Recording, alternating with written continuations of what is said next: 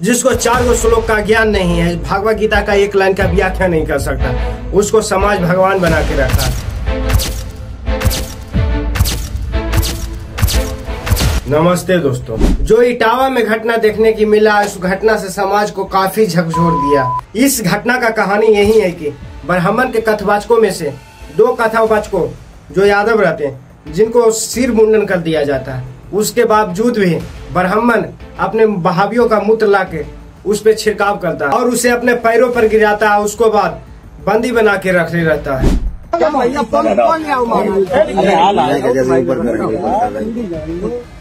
याद रहे वो चाहिए कि ब्राह्मणन के गांव में आए कि तुमने मतलब जो करो वो जो तुम्हारी बाकी सजा है, तुम जिंदगी में तुम्हें ऐसा करना नहीं चाहिए, तो तुमने करो। बड़ी गाली नहीं लेने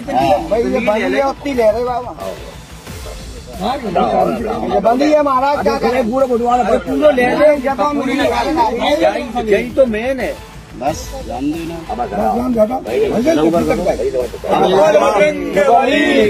मेरा नाम संत सिंह यादव है। तो जब हम वहाँ गए तो चूंकि अछल्ला के पास का गांव है, तो वहाँ लोगों ने ये पूछा कि आप पहला श्लोक हो गया, भागवत भी शुरू हो गई। शाम को उन लोगों ने पता लगाया होगा, तो वो बोले कहाँ के रहने वाले, तो हमने कहा हम रहने वाले तो कानपुर के हैं, यहाँ अछल्ला भी हमको हो गए 20 साल रहते रहते। क्या काम करते हो, तो हमने कहा पहले हम शिक्षक थे, स्कूल चलाते थे। क्योंकि जो मोदी सरकार आई तो उस समय प्राइवेट स्कूलों को बंद करवा दिया गया। इसके बाद फिर हम भागवत में लग गए। तो बोले कि तुम्हें पता चलता है कि चमार हो, हमने कहा हम चमार नहीं साहब, हम यादव हैं। तो बोले कि आरडी दिखाओ, तो हमने कहा आरडी तो हम लाए नहीं, आधार कार्ड। बोले कि तो हमने कहा नंबर ले लो हमारा, हमारे घर से पता लगा लो। तो इन्होंने नंबर लिया, हमारे बेटे से पूछा, तो बेटे का नाम जैसे आरडी में हमने क्लिक किया तो उसका नाम लिख के आ गया, राज यादव। इन्होंने कहा कि साले ये 103 देरी है यहाँ पे ब्राह्मणों के गाँव में, तुम यादव होकर के चमार होकर के यहाँ भागवत कहने आए हो। और इन्होंने बहुत हमें मारकूट करना शुरू कर दिया। रात भर इन्होंने बहुत टॉर्चर किया सर, यहाँ तक कि हमारे बाल काट दे। और जो परीक्षित बना था, परीक्षित की मैडम से इन्होंने मूत्र, बोले भाभी आप अपना मूत्र ले आओ, उसे मूत्र से हमारे ऊपर छिड़का इन्होंने।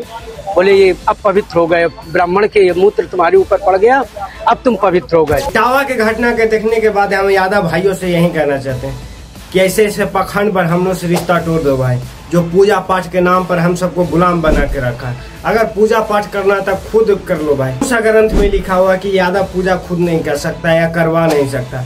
और छोटे छोटे चीजों पर जो ब्राह्मण से जाते हैं ना पीछे हुआ मत जाओ। अच्छा लगता है कि पखंड ब्राह्मण जो भगवान का दूसरा अवतार लिया है पैदा, जिसको 4 श्लोक का ज्ञान नहीं है, भगवत गीता का एक लाइन का व्याख्या नहीं कर सकता, उसको समाज भगवान बना के रखा। इसका आर्थिक स्थिति को ही खत्म कर दो, ऐसे नहीं सुधरने वाला है भाई। और वैसे ऐसे पखंड ब्राह्मणों से हम पूछना चाहते हैं कि मेरे बिना आपका वजूद क्या है भाई। ऐसे ऐसे ही पखंड ब्राह्मण अच्छे ब्राह्मणों को भी बदनाम करके रखा है, और इस पे ब्राह्मणों को भी खड़ा होकर जवाब मांगना चाहिए, नहीं तो समाज में ब्राह्मण को पूरी तरह से बदनाम करके रख देगा ऐसा ऐसा ब्राह्मण भाई। बाकी ये वीडियो बहुत लोगों को बुरा लगा होगा, लेकिन ये पखंड ब्राह्मणों के लिए हम स्पेशल वीडियो बनाए।